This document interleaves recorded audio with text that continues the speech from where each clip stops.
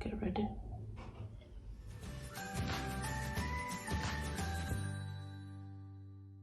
Hello and welcome back. We're gonna do something a bit different today and do like a birth story. I used to love watching these when I was pregnant and I found them so fascinating. Listening to people's births and how they actually went is really informative and sort of relaxes you when you're pregnant, because it can be quite daunting and scary at the thought of giving birth. I think I overthink a lot.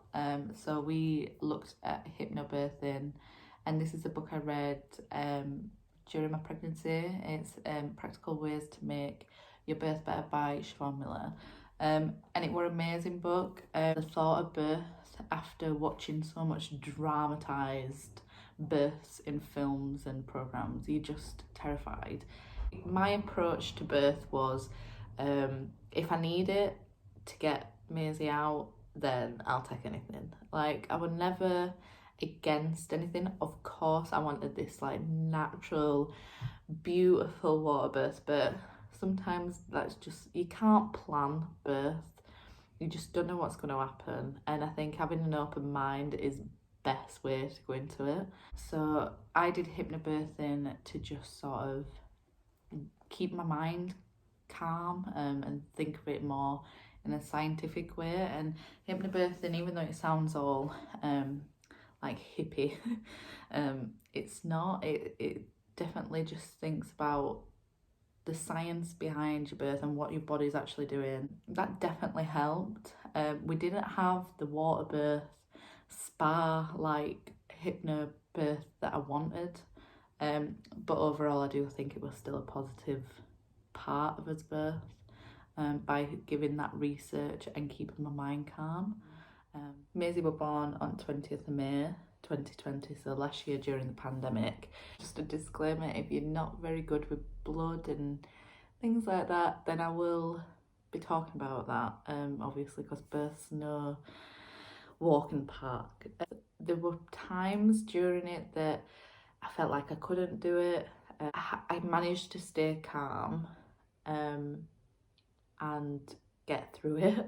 I started contracting a few days before Maisie was born, but they weren't like the intense screaming hospital down like you see on One Born Every Minute. It was almost like period pains. Felt like a band all the way around. So I met my friend Abby on the Sunday, I think it was. Maisie was born on the Wednesday, so 3 days before. And mid-conversation, I can remember sort of saying, oh, I'm just gonna, oh, it's a bit of a funny pain. Which now looking back, that was definitely like the early stages of contracting. Sunday night, I could feel them getting a bit more intense. Again, still at this point, it just felt like period pains. Didn't even think I were in labour, to be honest. Sunday night going into Monday morning, I woke up maybe around 3 o'clock and I could feel them getting a bit more intense. They felt like they were getting a bit close together. Again, still manageable, but Andy came home about 7 minutes apart, maybe 8 minutes, 10 minutes. I spoke to triage, which is the hospital section that you call. My contractions were nowhere close enough to come in. She'd ask me if I'd felt the baby move, and all the way through my pregnancy, Maisie were a very active baby. I could always feel her kick in, and I'd not felt a move, but that was because I was probably concentrating too much on the contractions.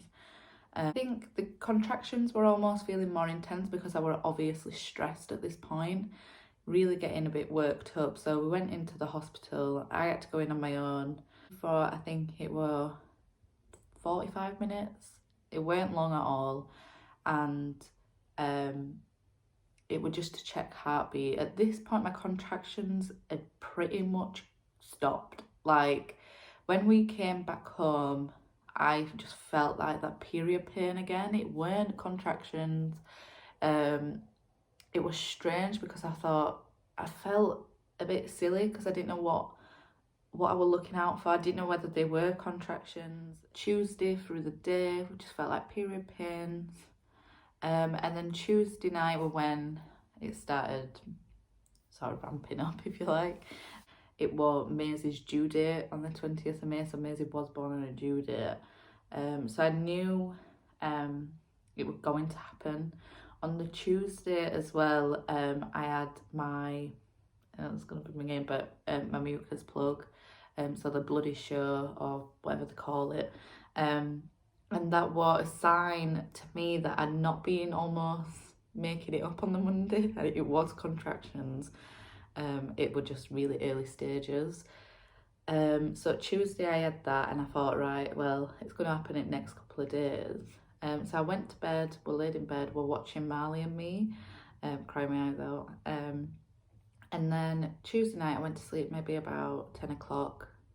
And then woke up again just after midnight. Andy had gone to work again, and I felt really bad because I had to call him, because at this point still was manageable. They weren't intense. Well, they were intense, but it were like a dull ache, and mine were really down near my back. And I think it was due to the position what Maisie were in. He came in, and I was walking around the dining room to just try and sway and just to keep myself calm. And at this point I didn't want to time it until Andy had come back, because I think on the Monday when I had my false alarm, whatever, it wasn't a false alarm, but I was getting obsessive with the times. So I waited until Andy came back, and they were very close together. They were like, is it 3 minutes apart? 3 minutes apart, I think. But they were lasting for like 30 seconds each time, and they were getting longer and longer. So called my mum. She came again back to York about 3 o'clock in the morning. I think we gave a call at about 5 o'clock in the morning to triage, and we were like Huns. I was starting to struggle at 5 o'clock, so I took some more paracetamol to try and ease the pain, because my contractions were really intense on my back. So what were helping was actually standing in the shower and having the hot water, not too hot, but just hot enough to ease it, and just putting it on my back. So I mean that was fun. Using like a hot bean bag for the stress and just to scrunch. So we're using that on paracetamol. I remember saying to my mum, like, am I still contracting? Because she were timing it all.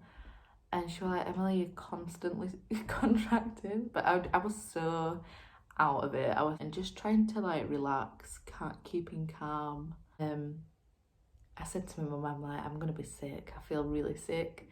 And then she sat me up, and I just projectile vomited. I think I'd be lying to say that they weren't painful. It's a sort of different kind of pain though. It's like a pain that you can deal with to a certain point, and then you think, paracetamol's not going to work.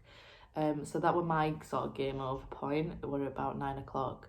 So we went to hospital, called triage again, and we're like, hun, I need drugs.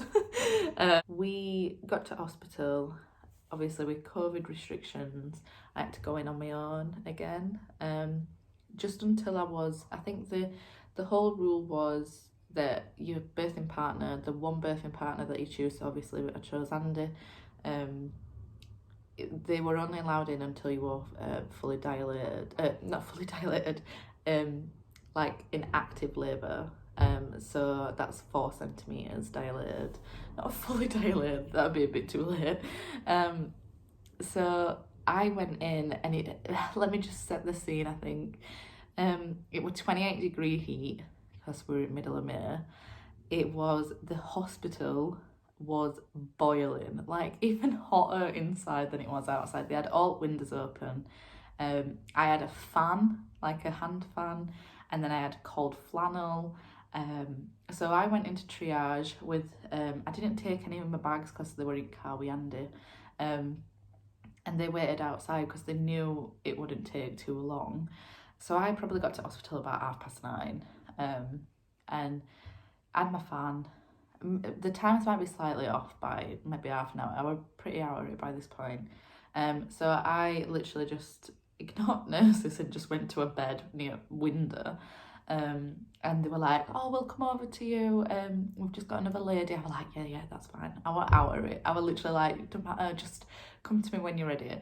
I was waiting for an hour and a half, which is fine. And I mean, there were people in front of me, so I knew that I weren't going to get seen to straight away, but I were in pain at this point.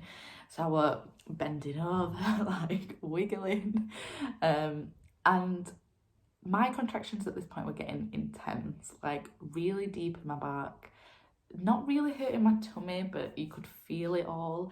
And then Nick Grimshaw is on Radio 1 playing Darude Sandstorm when I am contracting. So I feel like I'm in a hot, sweaty rave while I'm contracting.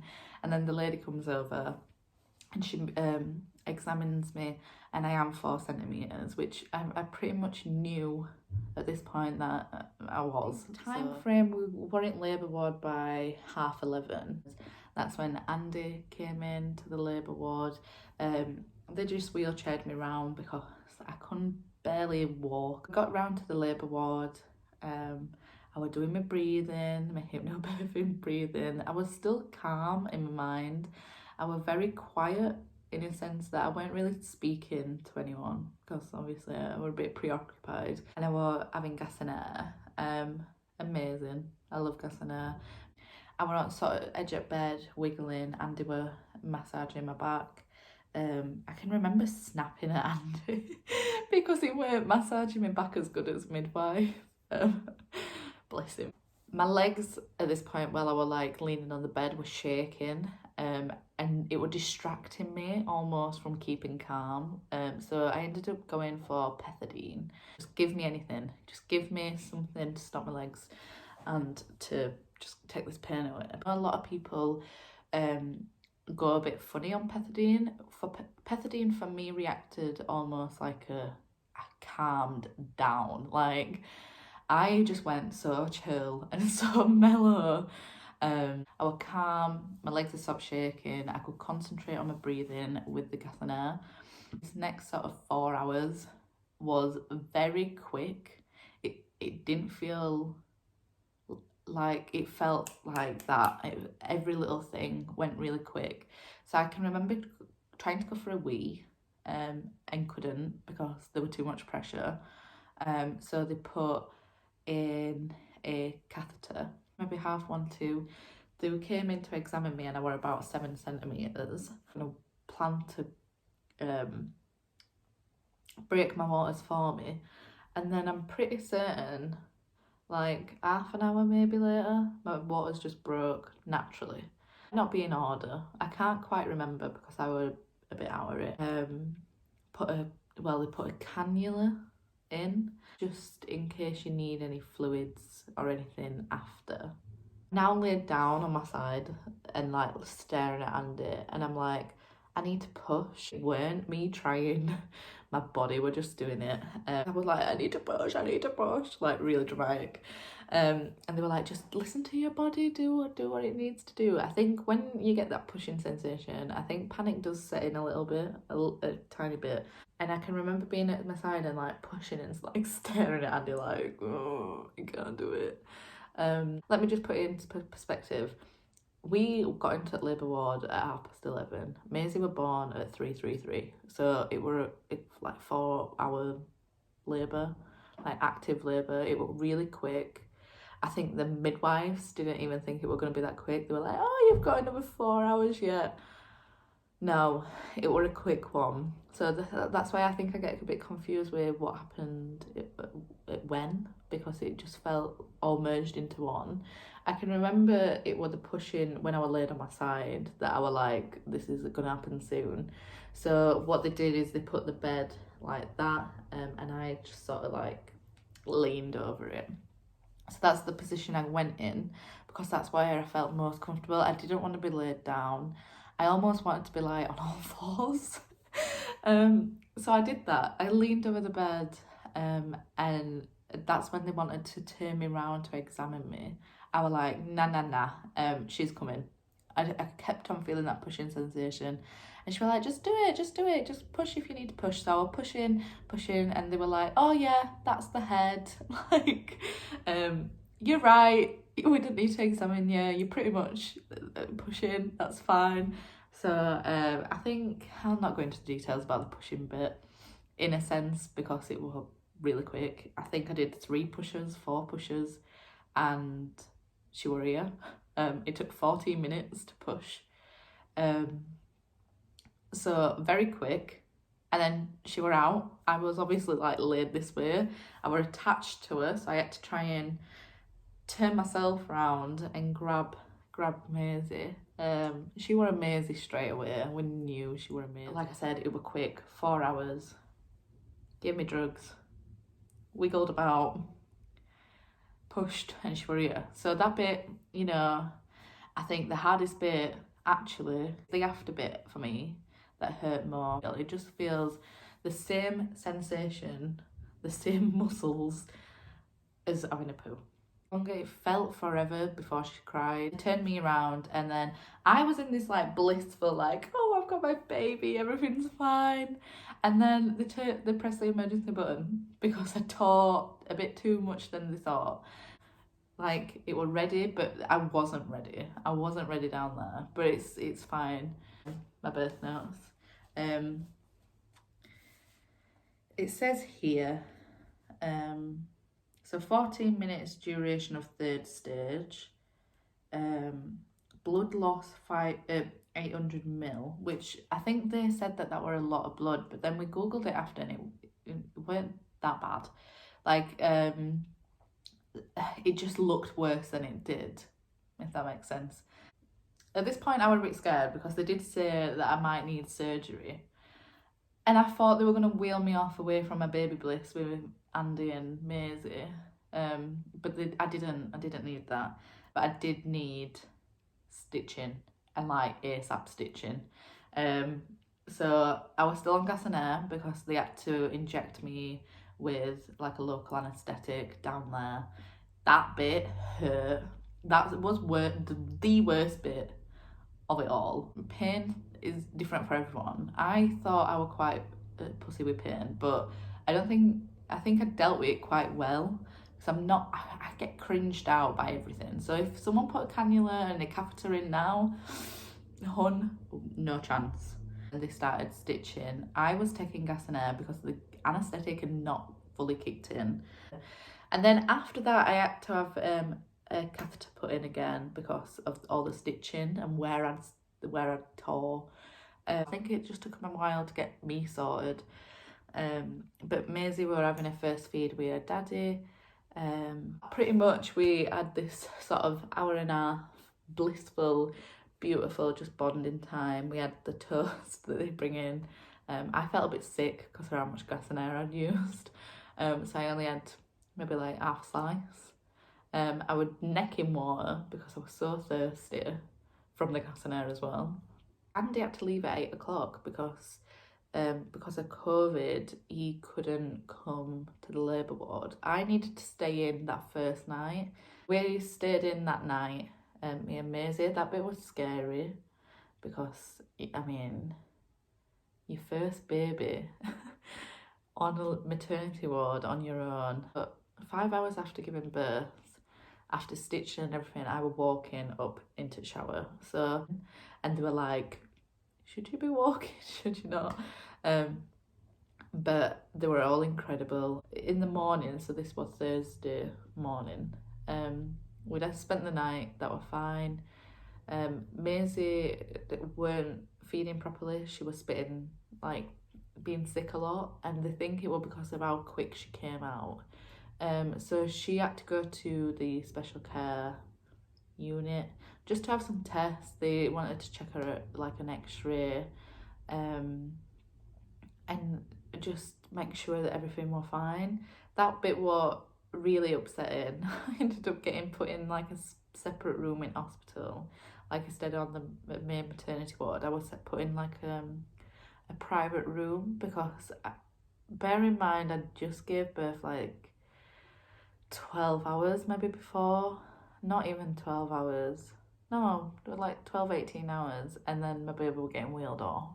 That was scary, but she were only in that special care unit for maybe 3 hours, just for tests, and she was feeding fine that day. I had a midwife, a lovely midwife, I think she was called Sarah.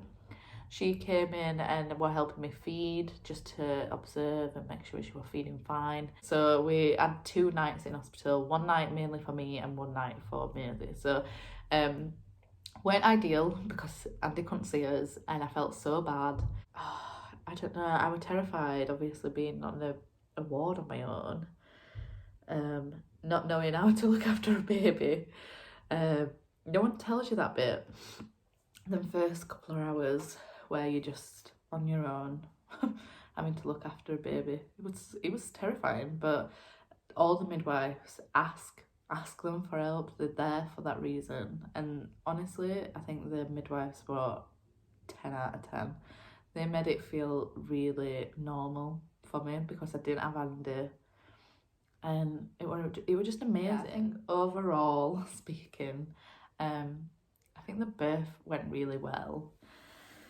I think the most panicky part was the after bit, when the emergency button went, and obviously when Maisie felt like she weren't crying, but I think that's normal for everyone. I think it feels longer in your head than what it probably actually is. I think it maybe 5 seconds.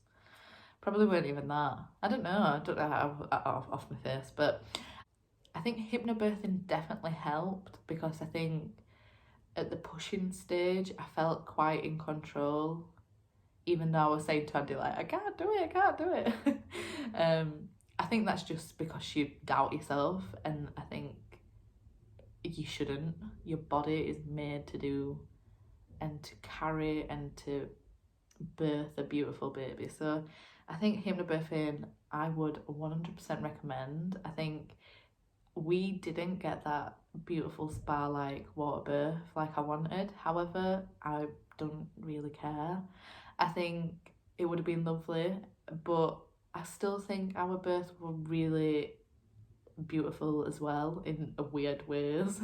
I think Andy having that moment with Maisie for that first feed, I think just having that skin to skin and having that slice of toast, I think that was beautiful. And I think as well, it's just, I think at the end of the day, as long as your baby's healthy and happy and you're in a healthy and happy position, and then how does it really don't matter how your baby comes into the world, I don't think. So that's the end. I hope you liked this though. I know it's a bit different from as normal vlogs, it's a bit more informative. Feel free to comment or message me if you've got me on my Instagram and things. I'm happy to answer anything. And if you are due to give birth and expecting, congratulations for one, and also just don't panic. It's not as bad as one born every minute, I promise you. You can give your love and support, that'd be amazing on this video, because I don't know whether people would actually enjoy it or not, but it's fine. So yeah, hopefully it's helped someone. Another vlog probably next week, so more Maisie next week. So yeah, love you lots.